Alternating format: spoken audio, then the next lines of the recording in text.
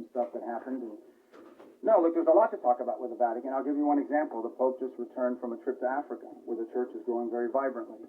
And we have shared concerns about religious freedom, freedom in different parts of the world. We'd love to talk to them about that. The topic of Cuba. You know, we gave Cuba $6 million of humanitarian aid, but obviously they won't let us distribute it. We distributed it through the church. We'd like to do more.